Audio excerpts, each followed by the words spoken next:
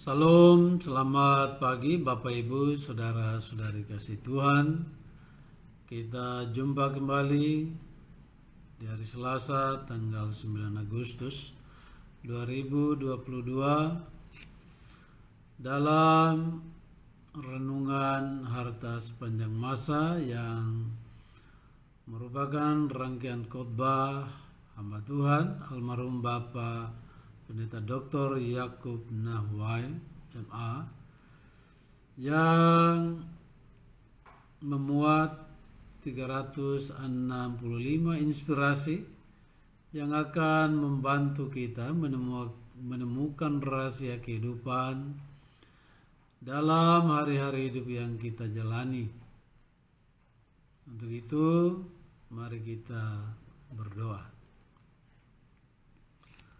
Bapa pemelihara kehidupan kami, oleh karena pertolongan Roh Kudus, kami dibangunkan di pagi hari untuk datang menyembah, memuji dan memuliakan Tuhan.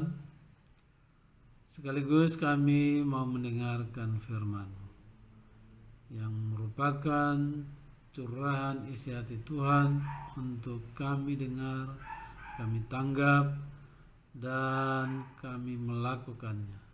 Dan itu hanya boleh terjadi oleh karena kuasa Roh Kudus menolong kami, memampukan kami untuk melakukan firman-Mu di dalam perjalanan kehidupan kami yang Tuhan layakkan hingga saat ini. Di dalam nama Tuhan Yesus, firman hidup, kami berdoa. Amin. Firman Tuhan di pagi hari ini atau di sepanjang hari ini bagi kita terambil dari Yesaya 6 ayat yang kelima yang menyatakan, celakalah aku binasa, sebab aku ini seorang yang najis bibir, dan aku tinggal di tengah-tengah bangsa yang najis bibir. Namun mataku telah melihat Sang Raja, yakni Tuhan semesta alam. Yang menjadi judul renungan bagi kita adalah Allah ibarat cermin. Cermin tidak berubah, tetapi siapa yang memandangnya berubah. Cermin memantulkan diri kita apa adanya.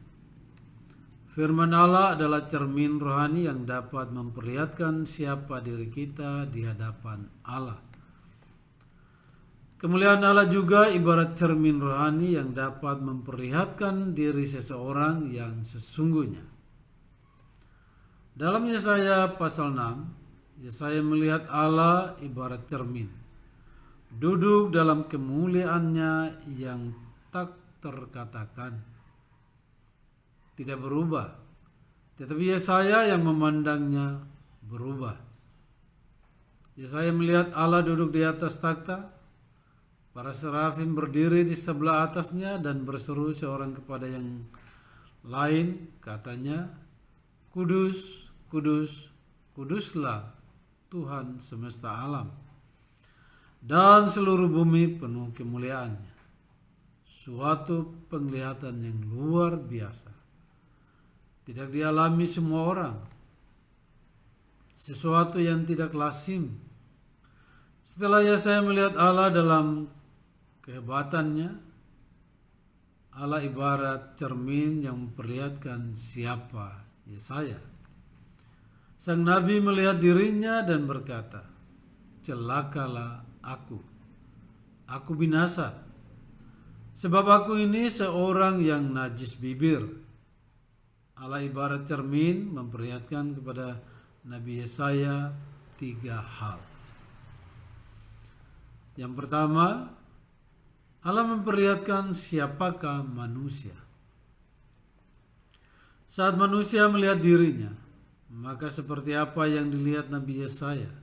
Manusia orang berdosa. Yesaya 5 ayat 5. Manusia bukan Allah. Ayub 9 ayat 32. Manusia adalah makhluk yang menciptakan kesusahan bagi dirinya sendiri. Ayub 5 ayat 7. Manusia adalah makhluk yang singkat umurnya. Ayub 14 ayat 1. Manusia adalah makhluk yang hari-harinya diwarnai kesukaran dan kesulitan. Yohanes 16 ayat 33. Dan manusia adalah makhluk yang memerlukan keselamatan. Yohanes 3 ayat 16. Manusia adalah makhluk yang tidak dapat hidup tanpa bantuan Allah. Mazmur 127 ayat 1. Dan sesamanya. Kejadian 2 ayat 18.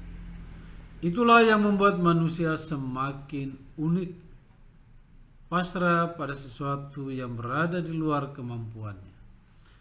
Itulah sebabnya Daud mengungkapkan rasa kagumnya akan Allah yang begitu memperhatikan manusia.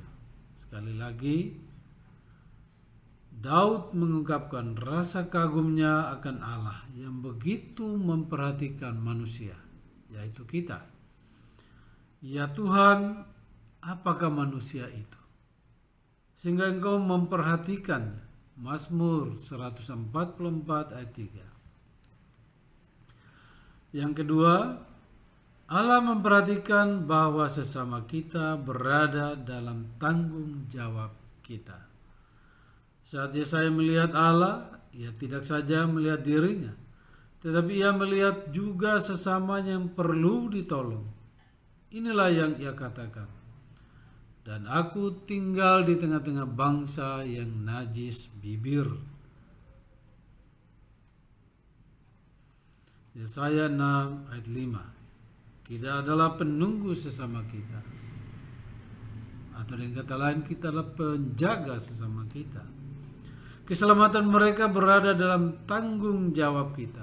Yesaya 3 ayat 18 sampai 20. Sesama kita adalah sasaran kasih kita.